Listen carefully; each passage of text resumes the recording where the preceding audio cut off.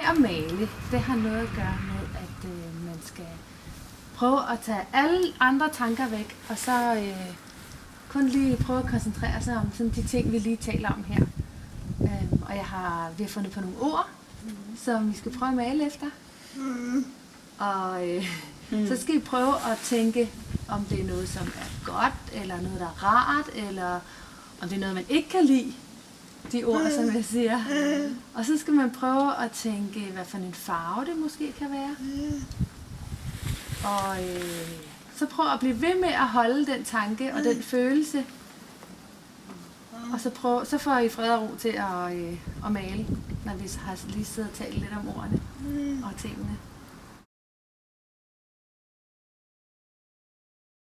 Og det første ord, det er kaffe.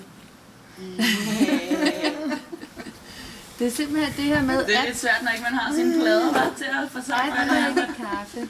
Ja. Men det er dig selv, der bestemmer, når det er, du maler, så det hvad du forbinder med kaffe. Nu ved jeg, at du godt kan lide kaffe, med masser af sukker.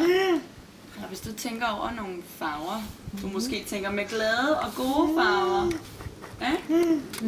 Og så kan du få udtrykt dig på den måde, med dine tanker og følelser om kaffe. Tænker du på en rød farve? Nej. En gul farve?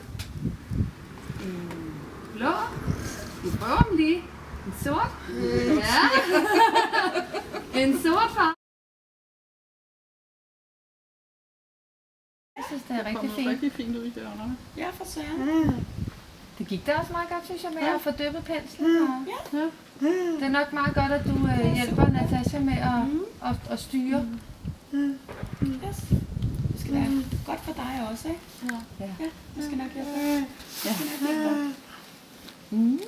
Hvor bliver det sjovt? Synes du, det er sjovt, Natasha? Ja, det synes jeg faktisk også. Kan vi lade det ligge og tørre lidt? Ja, det gør vi.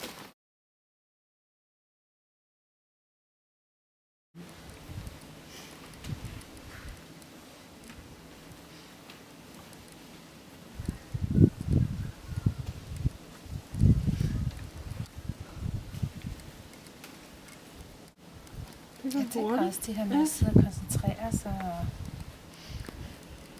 og tænke over, hvad vil man nu? Ja. Det er dine tanker, som er i den her hule her. Det er det, som du tænker, du har fået lavet her.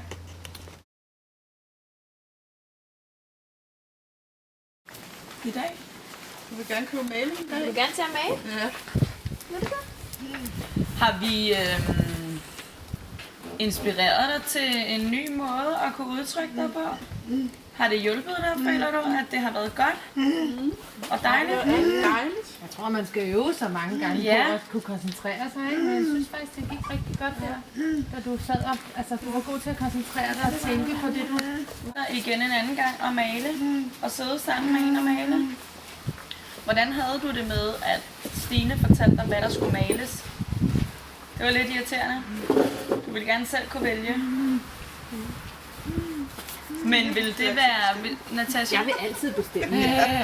Hvis nu du selv fik lov at vælge, tror du så, du ville kunne udtrykke dine følelser? Tror du så, du ville komme ud med nogle følelser? Okay. Så ved vi det. Kan vi bruge det til vores arbejde? Jeg tror også, det der med, at man skal prøve det nogle gange, så man kan koncentrere sig om det. Og man skal bruge lang tid på at sidde og tænke, og der skal være fred og ro. Og